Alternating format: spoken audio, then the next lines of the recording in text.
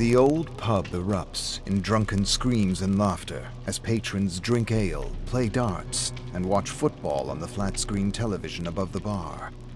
David sits alone on a hard wooden stool at the bar. He can already see Jasmine in his mind's eye. Blonde hair, blue eyes, short skirt, walking out of her apartment with wafts of wild vanilla and a few fun quips like all those black and white films his mother used to watch alone in the kitchen. She's everything like the movies, everything his father admires in a woman, and more. And she's certainly a perfect date for the old man's retirement party in the coming days, sure to turn heads and make him proud. David gulps his evening ale, winces at the bitterness, and thumps the pint against the metal countertop, still feeling the tightness around his neck and shoulders. He figures he needs a little more social lubricant to make this first date go off without a hitch. The last thing he wants is to screw things up before the party. David scans the bar and gestures to his old friend Rick. He slides his empty glass, nods for a refill, and suddenly feels a sharp pain at his left side. Rick returns with a foamy golden pint dripping on the sides as David snatches it from him, takes a sip, and winces. Tastes bitter, and he knows it ain't supposed to be this bitter. He waves Rick over and leans forward.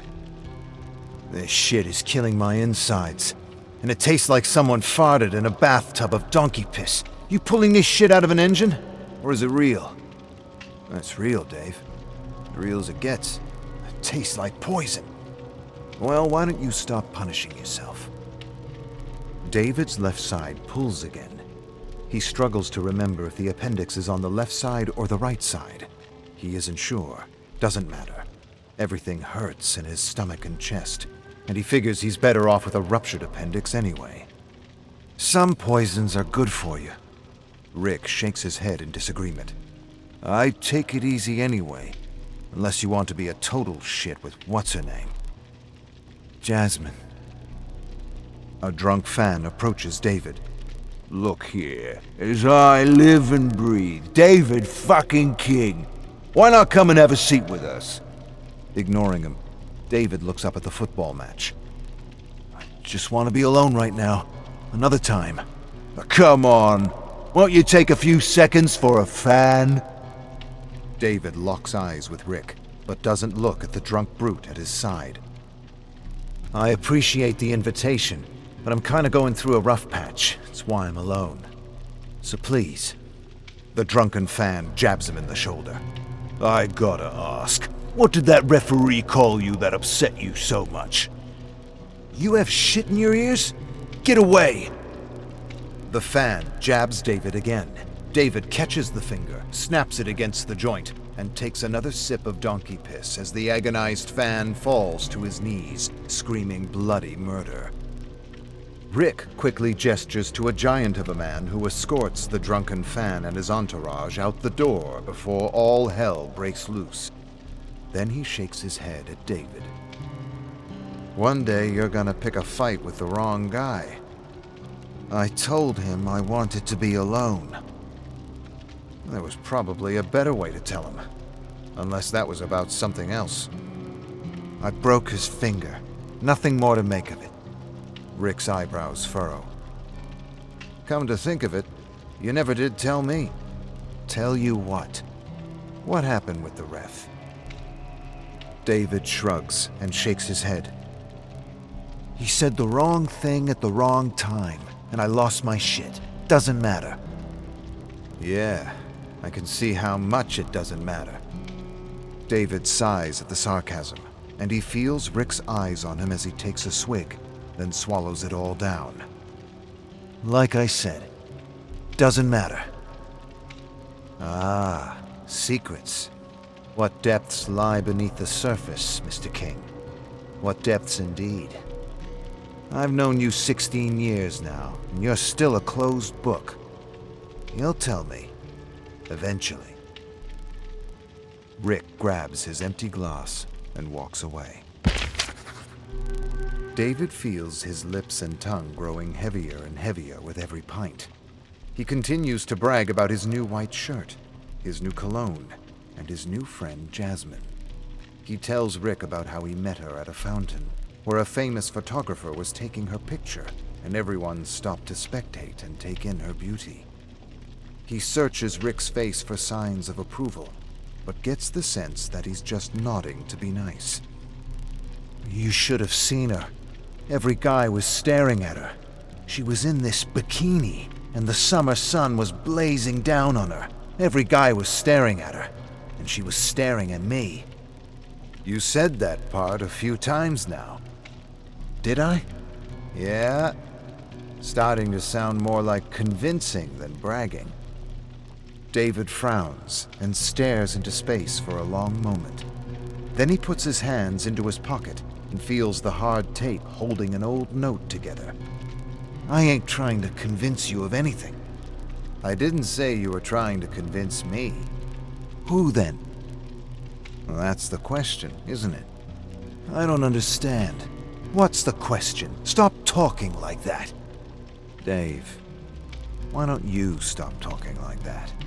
You come in my pub talking about supermodels and exploits you could sell to a smutty magazine, and you're good at it too. And if I didn't know you, I'd buy it. David winces and turns away. So here you are talking about how happy you are while you're frowning and breaking fingers, and ready to take down the first one who talks to you wrong. And you're probably the only one getting in your own goddamn way. You don't jab people in the arm. You just don't do that. You can believe you're happy if you want to. But from where I'm standing, you're the most miserable bastard in Manchester, and I care too much about you to let you think you've got me fooled. There you go, trying to psychoanalyze me again. Probably going to link me to some obscure historical idiot nobody remembers that you read about in one of your dumb books. Rick shakes his head. There you go, making light of something serious when a friend just wants to know if you're okay. There you go, being melodramatic when a friend just wants a drink. Dave, I'm sure she's a nice girl, but you know what I say? Screw her. Don't go. Stand her up and do what you really want to do. Stop talking out your ass. Rick leans closer to him. I'm serious, Dave. Serious as the note you keep in your pocket. You know, the one you read every now and then when you think no one's watching. David leans away from him. Mind your fucking business. Touch a nerve, did I? David drains the pint, wipes his mouth, and staggers off the stool. I'm fine. And he pushes his way through drunken patrons and the thick wooden entrance doors, losing his balance and stumbling into the cool, indifferent summer night.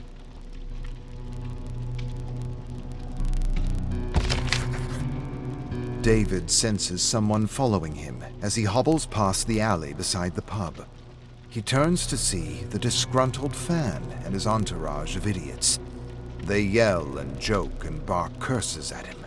It's all a jumble of words to him, but he gets the tone and the general intention. The Fan approaches him with a crooked finger. You should be thankful people remembered you at all, you pathetic excuse of a human. The only reason they remember you is because you pissed your career away in a single flush. David feels the blood boil up his neck and doesn't even realize he's unleashing a flurry of punches until it's too late. He stops to wipe the blood off his fist as an idiot tackles him into the dark alley. Another idiot charges him with a scream and smashes him into a brick wall. David kicks off the wall and pushes them both into a dumpster. He whirls to punch another idiot who instantly hits the ground with a thud. Several others attack him. He stands his ground and dishes out pain and soaks up punishment until they collapse. David looms over them, impressed by his strength, when suddenly someone kicks him in the back. He topples over as he feels an arm wrap around his neck, choking him like a boa constrictor. Through blurry vision, he watches the idiots take turns punching and kicking him in the gut and face. The boa releases David, and he collapses in the gutter with 2 tennis balls for eyes, a bleeding nose, and a tooth he feels slipping down his throat. He crawls out of the alley and onto the sidewalk, where people walk by him without taking much notice. Then he turns on his back and stares at the stars glimmering beyond a broken streetlight, grateful he didn't puke. Then again, he was never one to puke. Not when he drinks. Not before a game. Not even before a family gathering. David barely sees the legs of pedestrians walking around him. He hears them whispering, talking, laughing, and growing silent as they approach him. Once or twice he heard whispers about seeing if he needed help, but the whispers soon faded, and in the end, no one helped him. He didn't want help anyway. He stares at the blurring and fading stars and wonders what his life would have been like if he had just been like his parents. Then it dawns on him. He doesn't even know what that means. He doesn't know who they are. He knows aspects of them, the status, the facade, the bullshit, but not the real them, not the secrets and affairs and addictions. As David stares at the darkness above, he hears a woman tell her husband they should really do something about the poor, beaten man bleeding on the sidewalk. He sees their blurry shadows looming over him as they stare at him with concern. He hears a few more whispers, and then they move on with their hurried lives. Through the mist in his mind, he remembers a story of how someone died of a heart attack at a stadium because not one person stopped to see if the crumpled man on the ground clutching his phone for dear life was okay. One phone call would have saved his life. Rick told him that story a while back. He can't remember when or why, but he had many useless stories he collected from friends and clients that he repurposed for small talk. David closes his eyes for a moment. He breathes deeply and takes in the floral notes of his cologne like soft petals drifting on the night breeze. He's glad his nose still works and that he's not having a heart attack, even though he feels as though someone kicked his heart out of his chest.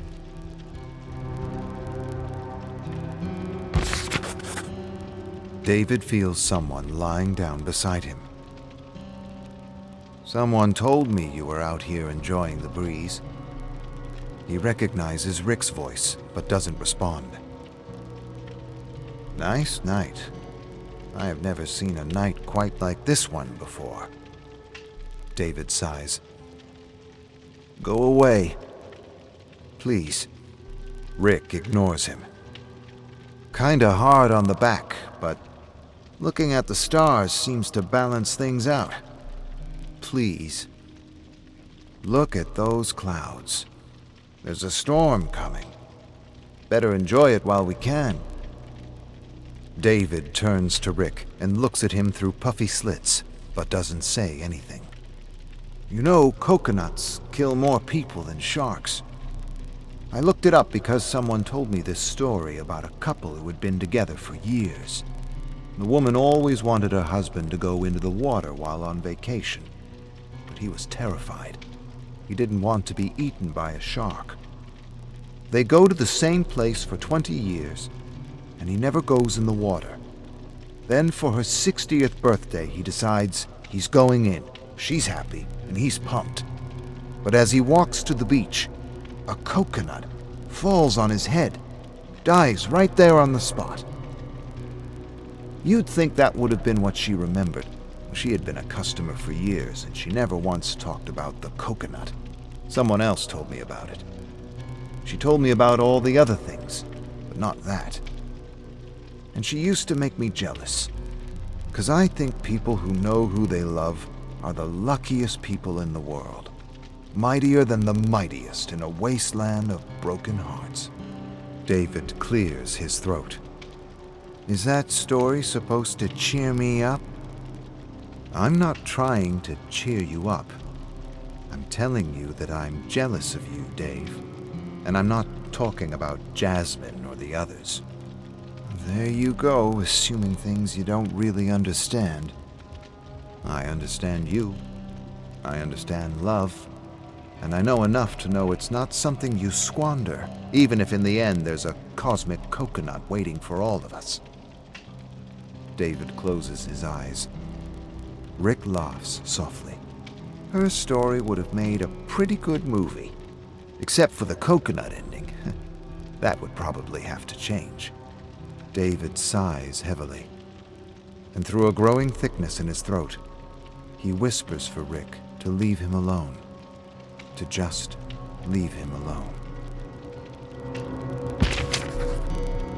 David opens his swollen eyes to find Rick staring at him.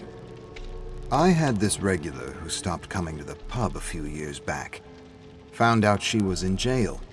Imagine that. Jail. Murder. Matter of the heart. She discovered her husband was in love with another woman, so she lured him to their country home, drugged him with sleeping pills, boarded up the doors and windows, and set it on fire while he slept. He woke up and tried to smash his way through the boards, but she was waiting for him with a hammer as he tried to climb through the busted and burning wood. Whack! Whack! Whack!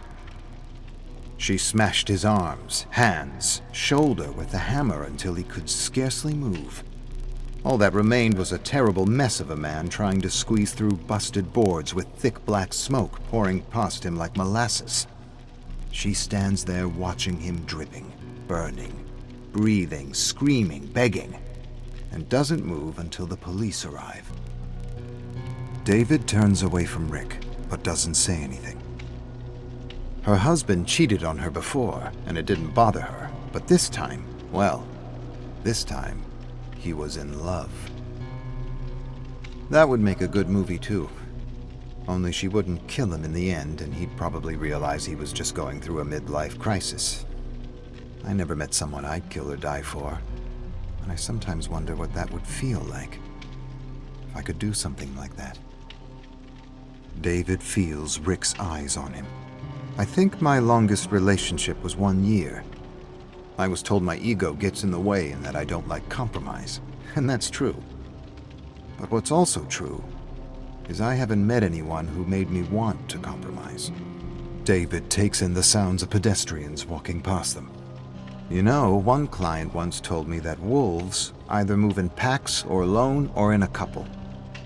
Did you know that couples form such a strong bond that when one dies, the other dies seconds after? As though wolves can just shut off life's switch whenever they want. One soul following the other into the next world, if you believe in that kind of thing. David turns to face Rick. Please, I don't want to talk. One more story, then I'll leave you. It's a true story that happened 100 years ago, in a time when this kind of story wouldn't have even been told. I don't remember how they met, but when Richard and Will first laid eyes on one another, they fell in love, and they kept their love a secret, because back then, you could be hung for not loving like the rest. David feels a sudden warmth rising up his neck. They had secret lives, but eventually they were caught. And while so many lied, trembled before the executioner, they refused to lie about what they had found in each other. With the noose around their necks, they were given another chance to repent. But they didn't. Instead of fear, there was only love. And Will grabs Richard's hand and kisses it as the executioner pulls the cart from beneath their feet. David's puffy eyes drip with tears as he sees the two lovers dangling from the gallows. He wants to say something, but feels an invisible noose tightening around his neck, choking him, preventing him from unburdening his heart. That would make a great movie. David's lips tremble. He wants to say so much, but the words just won't come out, and he feels like he's sinking deep into a world of mud. Then his face tightens and his whole body quivers as he tries to suppress the pain. Losing the battle, he erupts with gasps and broken words as he desperately tries to breathe. And Rick grabs his arm, supporting him, holding him, preventing him from sinking deeper and deeper into the wasteland where so many have been lost and forgotten. What was it about him? The question stumps David. He takes a moment to gather himself. I couldn't say one thing. It was a bunch of little things that just made me feel good when I was around him. Everyone else makes me feel like I gotta be something I'm not. But not him. I never did believe the press release. My parents can't stand each other. They should have divorced years ago. But they keep up the show and have their secret lives. So I guess that's normal. It works for some people. I miss him. I miss us. I remember meeting him like it was yesterday. Just being with him was enough to know. And I knew right away that he was special. And that he would somehow be an important part of my life. We met at music camp. I was 7 and didn't want to go. Ironically, my mother forced me, and I guess in a way she's the reason we met. I couldn't play any instrument, but Tristan was something else. I liked listening to him play the piano. First, my mother was happy. I had a music friend. Maybe I would end up a violinist. I guess she figured things out faster than I did, because next thing I know, she forbids him from coming over. She gave some excuse about his family being of improper standing. Then the talks began. The responsibility of being a king. She tells me about the image of our family and the strength of our name, and how I had pretty big shoes to fill. Sacrifices for the family and all that bullshit. But she never said exactly what she meant. She always danced around what she really wanted to say. David laughs. Tristan ended up going to the same secondary school as me. Funny how life works out. He used to write me notes, quotes, poetry, proverbs, smart aleck comments he knew would make me laugh. We got back together in secret and were together for years, till he began asking me to be introduced to my parents. Couldn't do it. I broke up with him. He broke up with me. Crazy fucking cycle. Last year, he wanted a real commitment. He was talking about a family and kids. I nearly brought myself to doing it, but I didn't. I broke it off and broke his heart. He didn't take it so well. Got pissed, and actually came to my birthday party at the pub. He just shows up, and he gives me a kind of Great Gatsby toast. And he hesitates, and I know what he wants to do. I know what he wants to say. But in the end, he doesn't. Instead, he says what a good old pal I've been to him. And he makes a smart aleck joke about how I'm a ladies' man who will definitely never settle down. And with tears in his eyes, he finishes his toast with, "To the importance of being king." Smart ass. And everyone toasts to it, even the old man. King laughs, then stops suddenly. Tristan staggers out with his pint and leaves an old note on the table. Something he had given me in an English class while the teacher was massacring one of his favorite writers with ridiculous interpretations. He called me a few days ago, invited me to a party at the Gold Lantern Cafe. A going-away party. Tonight. He's leaving for New York. Some piano gig. He's leaving with some guy he just met. They hardly know each other a month, and he's following him to New York. How ridiculous is that? Rick says nothing, as they stare at the fading stars for a moment. Silent tears slip out of two narrow slits for eyes. David clears his throat and wipes the tears away with his arm. You ever feel like just stopping? Rick turns to David. I imagined you'd have to start before you could actually stop. Way I see it, you've always been this lion, taking down the bully, the asshole, the abuser. Ever since I've known you, I've admired you for that. You're great at clobbering the shit out of anything that gets in your way, except maybe yourself. I figure you could try building things, growing things, nurturing things. Things like you. Rick squeezes his arm. You're a lion, Dave. And as much as you're going to hate me saying this, you're a circus lion tethered and dressed up like a clown. You need to tear the rope and the costume with your own claws and teeth if you ever truly want to know what it's like to be you. You want to stop something? Stop jumping through hoops. Stop being the clown and just be the goddamn lion you were born to be.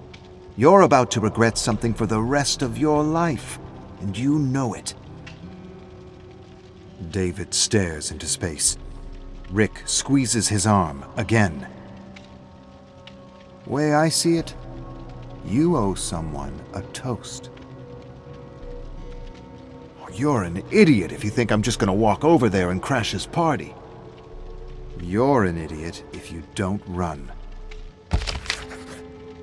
David charges down the street and pushes his way inside the cafe.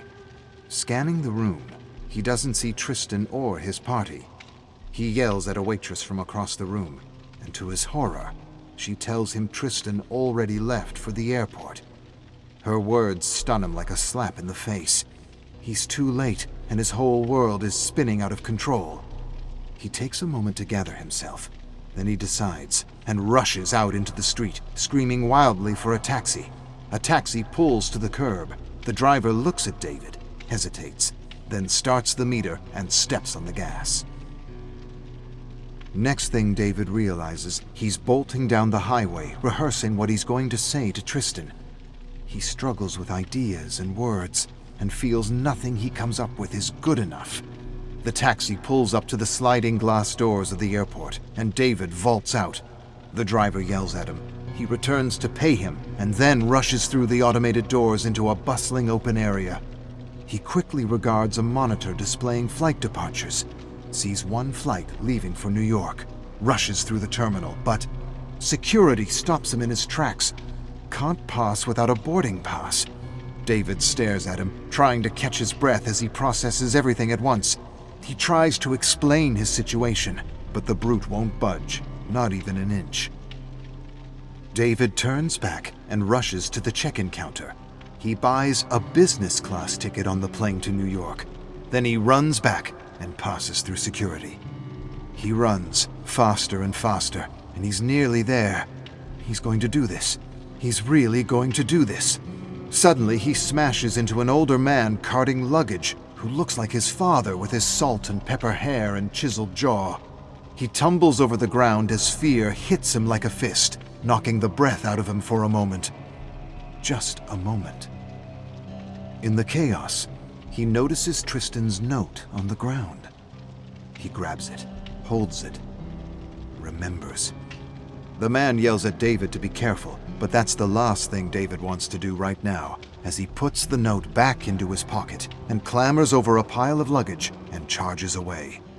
Within moments, he sees the gate, sees Tristan, laughing with his partner, happy. He freezes in his tracks. Guilt smashes down on him like a brick wall, pushing and squeezing his insides into something awful. At once, everything begins to spin as he realizes he's going to be sick. David turns on his heels, rushes to the bathroom with a hand over his mouth, and blasts through a stall to purge his stomach. Then he hobbles out and washes gunk off his face, and feels like the most selfish person in the world. His busted and swollen face sags with the sudden realization that if he loves Tristan, if he truly loves Tristan, he will let him go. Rick got into his head, and he's drunk. That's all this is about. All he needs to do right now is be happy for Tristan. To be happy for him and go home and sleep this crazy night off. David walks away from Gate 72 with his head in a whirlwind. He knows he isn't thinking straight, and that it's selfish to pull Tristan back into his mess. He made his bed, and now he has to fucking lie in it. David approaches the security gate, and his heart clenches like a vice. It's impossible to move. Something bigger than his doubt, his guilt and his fear won't allow him to take another step. His hand plunges into his pocket, and he turns the note over and over. Then, in a blazing flash, details of their struggle come back to him. How could he let him go? The one whose voice was the only peace he had ever known, whose laugh was the only joy he had ever experienced, whose every breath filled him with life, and whose every word challenged him to be a better man. How could he leave without even trying? Without showing him that he was, in the end, willing to do whatever it took for what they had. David realizes that if he doesn't seize this moment, he'll never know, and the regret alone would destroy him. Tristan doesn't just make him whole, he makes him real, and no one has ever had that effect on him. Suddenly, he comes alive, and turns, and fucking runs. I don't know what I'll say, but I'll say something, anything. I'll say whatever comes to mind. Maybe those 3 words from his favorite movie. Energy charges through David like a bolt of lightning, making him faster, stronger, and somewhat confident, even though he has no idea what he's going to say or do. He just runs, and his run becomes a stumbling sprint as he sees Tristan with his partner, about to board. His mouth opens in a silent scream as he stumbles and falls on his face. David? Is that you? Tristan grabs David's hand and helps him to his feet. David straightens himself and tries to look presentable despite the busted face and the mingled odor of ale, gunk, and cologne. He smells like someone puked on a bed of flowers, and he knows it. But he forgets how he looks and smells as he tries to stop his hands from shaking. He takes a deep breath, exhales, and calms himself. Then he reaches out and holds Tristan's hands firmly. Words thicken like cement in his throat, and nothing clever or poetic comes to mind. He tries to remember the line from the movie without success. Tristan's partner steps forward, but Tristan gestures for him to be patient as he pulls David aside. What's wrong, David? What the hell happened to you? David wants to tell Tristan he means the world to him. He wants to say, I love you, but instead he says, no more bullshit. Tristan mimes the words slowly, trying to understand. David says them in a whisper, again and again, as he desperately waits for Tristan to say something, anything. Tristan says nothing, but his eyes mist, and he suddenly looks happy and sad and very confused at the same time. In the rainy darkness of night, David staggers down a street he doesn't recognize, drenched, cold, singing some half-remembered folk song. The last thing he expected was a fairy tale ending, and of course he understands Tristan needs time to think things through. How much time? Hopefully not much. Just enough for him to step off the plane and call him to say, as you wish. Shit. Now he remembers. At exactly the wrong moment. David smirks. Doesn't matter. He's never felt so good, so free, so euphoric in his life. He lets the feeling flow past him like a gentle breeze and gets the sense that he's been born again, or born for the first time, and that before this night he had merely existed as a cardboard cutout with little self-awareness except for the fear that had come to rule his life. His hope is that when Tristan's plane lands, he will receive a phone call asking him to be on the next plane out. If that is, he ever finds his wallet. Oh, no matter. If he can walk home from the airport, he can swim across the pond. He laughs to himself and figures his wallet will turn up somewhere. It always does. But what if he calls to say it's over? The thought catches him by surprise. That's probably what will happen. Truth is, love doesn't triumph, and our fears get the best of us, always. That's why fairy tales are written, to escape the endless disappointments and heartaches of real life. Regardless of what you think, your love isn't strong enough, and when he calls, it's only to tell you it's over, for good, because he won't let you break his heart again. David drowns the thoughts by singing louder and louder. Then he stops suddenly when he sees a park he half recognizes. It resembles a park where he and Tristan used to sit on a bench and people watch all day. He enters the gates, and for a moment he hears Tristan's voice singing with him. He stops, looks around, but doesn't see anything through thick, slanting sheets of rain. David continues through slumbering bushes and sagging flowers under a thick canopy dripping and pit-pattering with rain. He walks ahead until he hears a soft whisper. No more bullshit. He turns to face Tristan. He rubs his puffy eyes and stares with disbelief.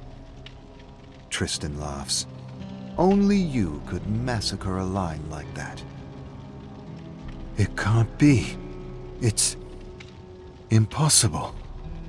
David narrows his gaze on Tristan's silhouette. He must have somehow disembarked the plane. Or maybe he never boarded in the first place. He doesn't really understand what's happening. But he knows better than to overthink his luck. David runs to embrace Tristan, but just as soon as he touches him, he withers away like a dead flower. With a gasp, David drops to his knees, hopelessly trying to catch the falling petals that melt in his hands and drip through his fingers into a gathering fog. He barely has time to register what's happening when he hears footsteps squelching in the mud and water all around him. He looks up slowly to see every single bully, abuser, and shithead he ever took down advancing on him. His gut reaction is to pinch himself, yet nothing happens when he does. With a deep sigh of resignation, David rises to his feet, lifts his chin, and throws himself into the fray. He tackles and swings and kicks until he's the last man standing, with slithering tendrils of black fog pulling him down into a world of darkness, untouched by the light of love.